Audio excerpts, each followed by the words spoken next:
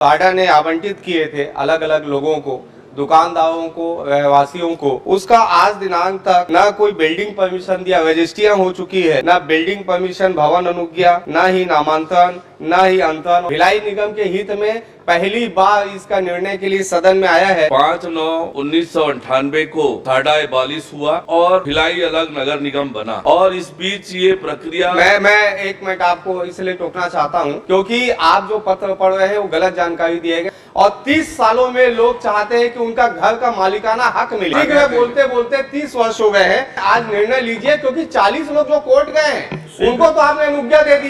Collector को समय सीमा दे दीजिए क्योंकि 18 कलेक्टर बदल चुके हैं। किसकी तलवार पे सर रखूं यह बता दो मुझे। आवाज उठाना अगर खता है तो सजा दो मुझे। ए विधानसभा के इतिहास लिखने वालों, मैं अगर हरफे गलत हूं तो फिर मिटा दो मुझे। इसलिए बहुत आवश्यक है।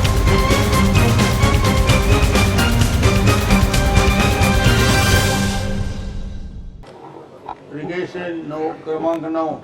माननीय अध्यक्ष महोदय, आज का दिन भिलाई वासियों के लिए बड़ा दिन है कि 30 साल बाद विधानसभा में एक प्रश्न है। प्रश्न ये है कि साडा के समय में 300 भूखंड साडा ने आवंटित किए थे अलग अलग लोगों को, दुकानदारों को, रहवासियों को। उसका आज दिनांक तक ना कोई बिल्डिंग परमिशन दिया, रजिस्ट्रियां हो चुकी है, ना बिल्डिंग परमिशन, भवन अनुज्ञा, ना ही नामांतरण, ना ही अंतरण और यहाँ तक के नगर निगम को कोई टैक्स भी आज दिनांक तक नहीं दिया जा रहा है। इसमें बीच में ये फैसला आया कि एक कलेक्टर महोदय को इसकी जो है जवाबदारी दी जाती है, कलेक्टर अपने स्तर पे इसको निराकरण करे।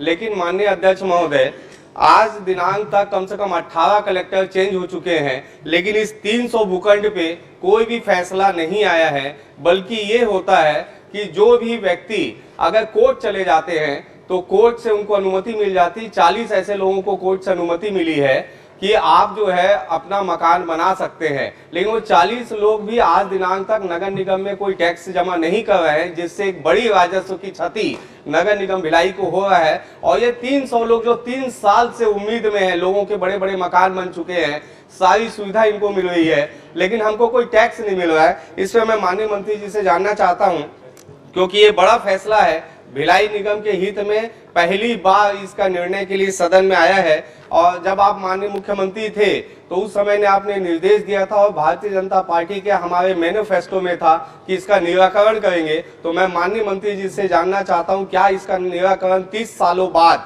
क्या वो 300 भूखंडधारियों को इसका लाभ आज देंगे और क्या आप इसको रेगुलाइज करेंगे, ये मैं आपसे जानना चाहता हूँ।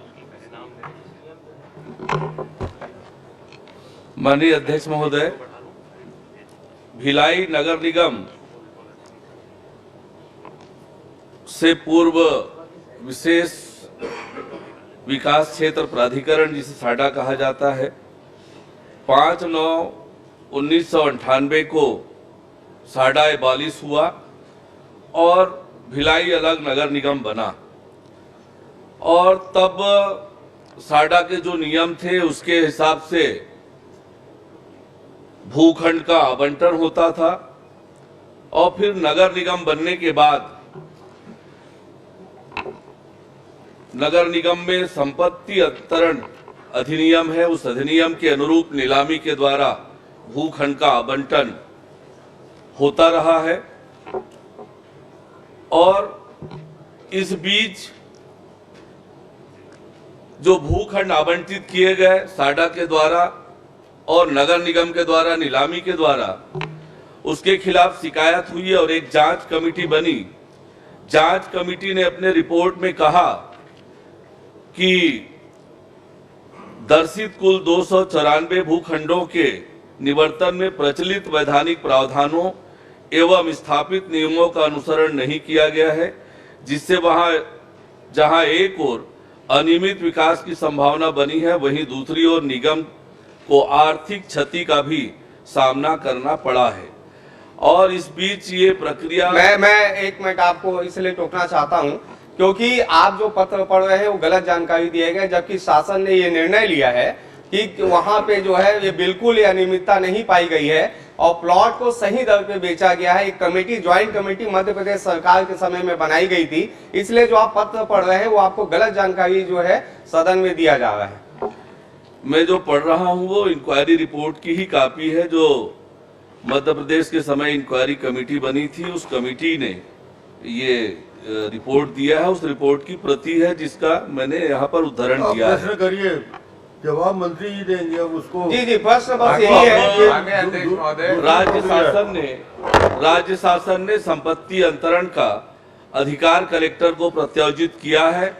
अब मुझे लगता है इस मामले का जल्द ही पटाक्षेप हो जाएगा। नहीं मैं माननीय अध्यक्ष महोदय, क्योंकि आज पूरे भिलाई के 3 विधानसभा की नजर आज सदन पे है।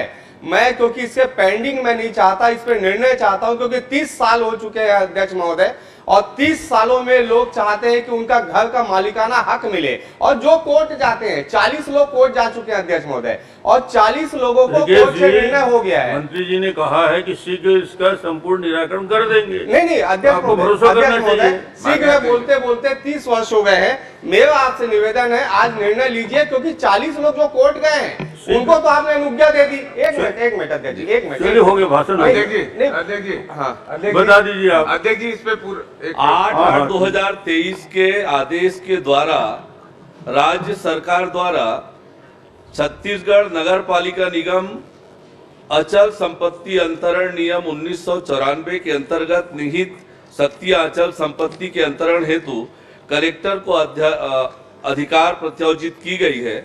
और निश्चित रूप से इस मामले में इस अधिकार के प्रत्यार्जन के बाद कलेक्टर की ओर से कार्यवाही होगी और इन जो 293 प्लाट होल्डर है इनके समस्याओं का निराकरण हो जाएगा। बिल्कुल मैं आपकी बात से सहमत हूँ। बस एक चीज चाहता हूँ, आपकी बात से सहमत हूँ। आपने कह दिया कि आपने कलेक्टर को अधिकार दे दिए हैं, लेकिन कम से कम इतना कर दीजिए माननीय मंत्री जी, कलेक्टर को समय सीमा दे दीजिए, क्योंकि 18 कलेक्टर बदल चुके हैं। 18 कलेक्टर के पहले भी ये बात आई थी।